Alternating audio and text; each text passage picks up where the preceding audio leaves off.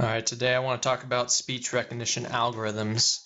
I recently had to develop a speech recognition system and looked into the different algorithms and methods used, and I found it very confusing and thought that a video like this on the internet could help somebody. And just disclaimer, I obviously am not an expert in this subject. I'm still learning about this myself, so hopefully this can help somebody else coming behind me to develop their own speech recognition system.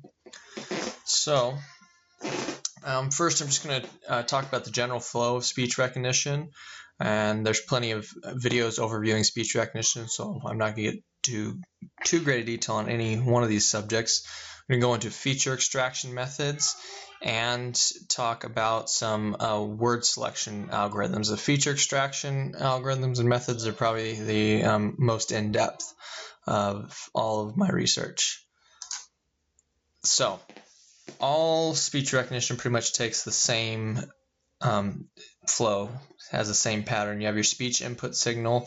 It goes through an analog to digital converter of some sort, and then it goes through a feature extraction phase. This is where you are extracting the key features of speech, the ones that are identifying for speech, things that would identify a specific word one over another, and you're generating that speech fingerprint.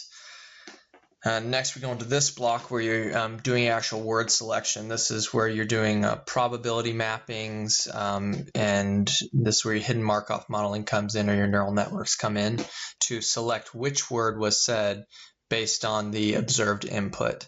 And that is normally compared to a sentence level or a grammatic word matching. You would see this in your cell phones. When you are talking to your phone, it'll input words one at a time, and then it'll go back, and depending on the context of your sentence, it will switch the words that it originally put in. That's when the second level of your probability mapping is kicking in for grammar check.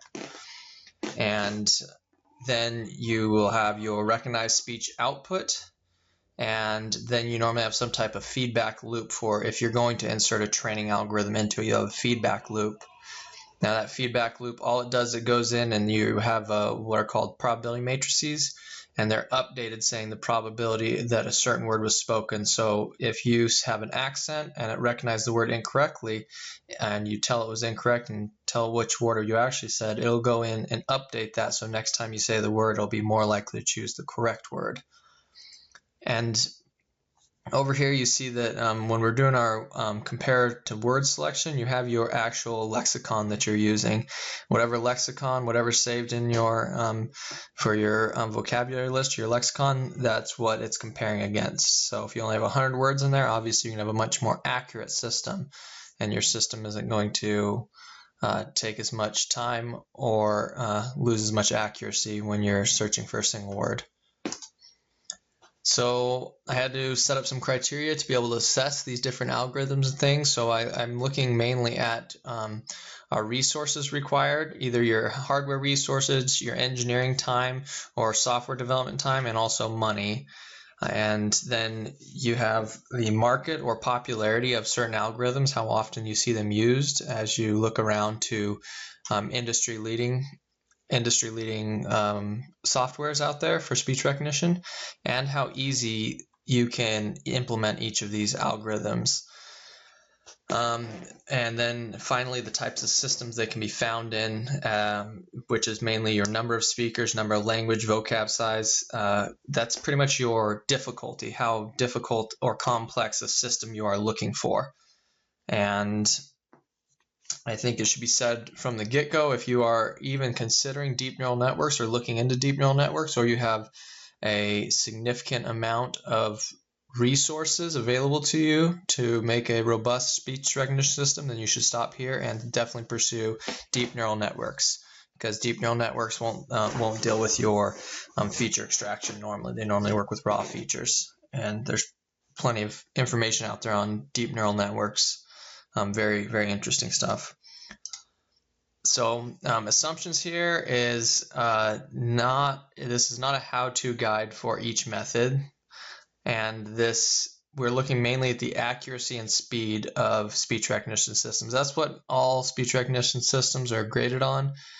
If you're looking for a good system, accuracy always the most important, and speed sometimes. The speed is not important.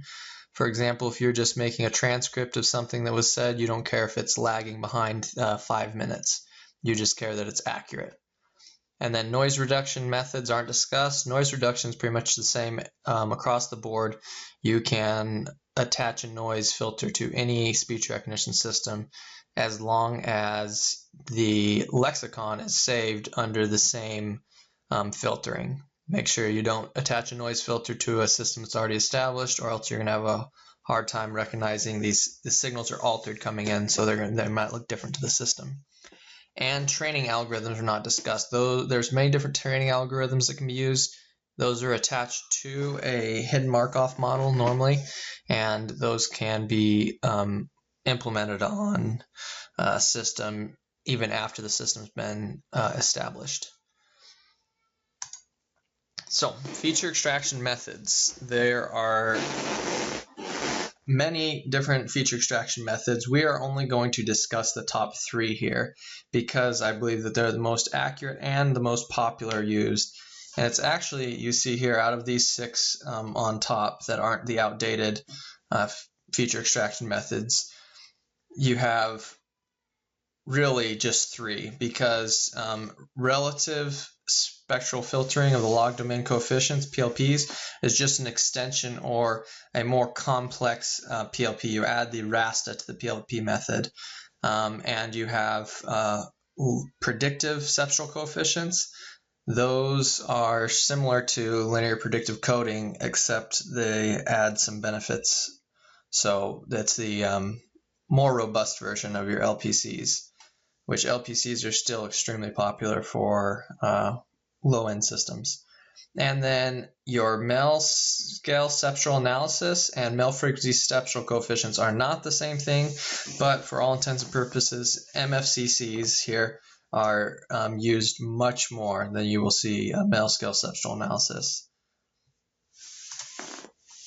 So your LPCCs, this is the lowest end of your feature extraction methods. So when you're trying to initially filter your signals coming in, and you are going to use a feature extraction method, this would be like your broken down vehicle. You don't really want to go out in the neighborhood with it. So when low resources are required, it's still extremely high popularity for small systems, and it's extremely easy to implement, which is probably why it has high popularity. It can be found in many single speaker languages, single speaker systems, speaking a single language with a small to moderate vocab size. And I'm talking something below the probably 300 word mark is where they're going to operate best. You can see them in things in systems with over that amount of where their lexicon is larger, but typically in very small limited applications, and it is not very accurate when you start having words that sound similar to one another. So not the best method, but it could work for your specific situation.